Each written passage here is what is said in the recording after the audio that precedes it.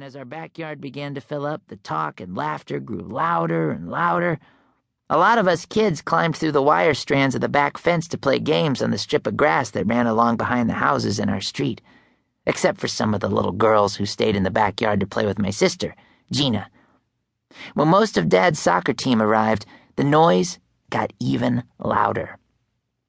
The season wasn't due to start for another 2 weeks, so a long afternoon and a late night wasn't going to affect a weekend game.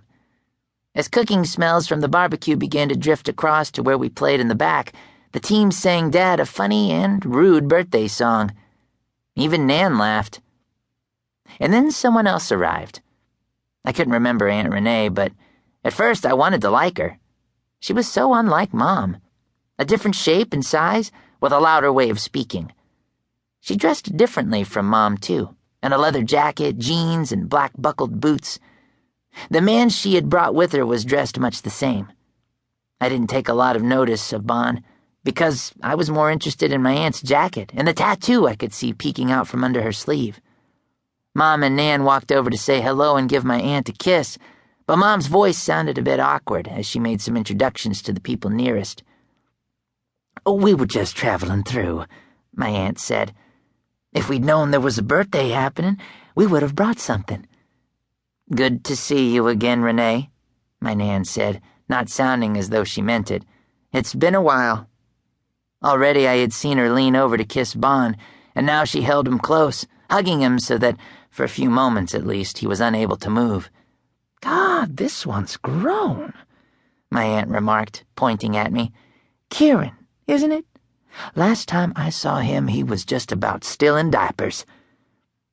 "Bon's grown up a lot, too," Mom answered. "It's been far too long since we've seen you both." But my aunt was already busy showering attention on Gina and saying how pretty she looked. I knew it was the first time she had ever seen my little sister. I had heard Aunt Renee talked about, mostly when adults thought I hadn't been listening. She was my mom's older sister, quite a bit older, and I remembered that some of the Christmas cards Mom had mailed her had come back with a return to sender stamp on them.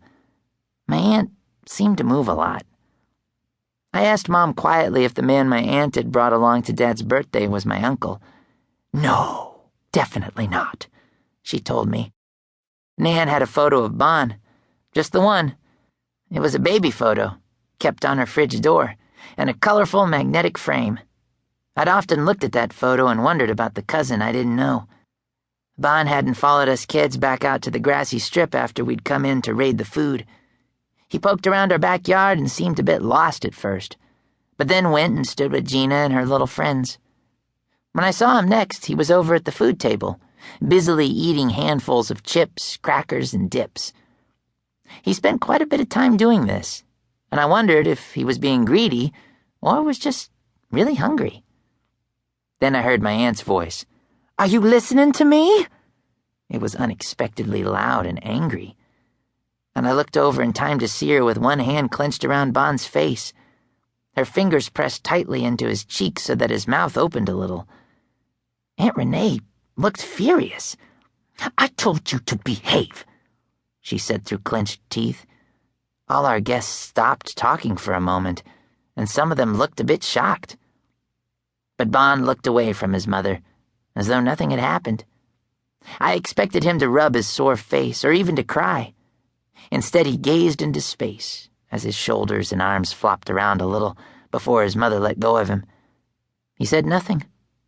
Nan walked over and did say something, but my aunt replied, "No, don't tell me what to do. He's my kid." Nan looked anxiously at Bon, then reached over and ran her hand gently across his shoulder. My aunt glared. Gradually, uncomfortably, people began to talk again, until the party found its noise and laughter once more. When I looked next, I could see Bon walking through the back door and into our house, not knowing at that moment he had been on his way to my bedroom and my toys. "We're brothers, we are." "He said that weird thing, too," I reminded Mom. "He's probably quite lonely," she replied. "And quite likely he was excited about finally meeting his cousins." Mom paused. "Thank you for letting him play with some of your things."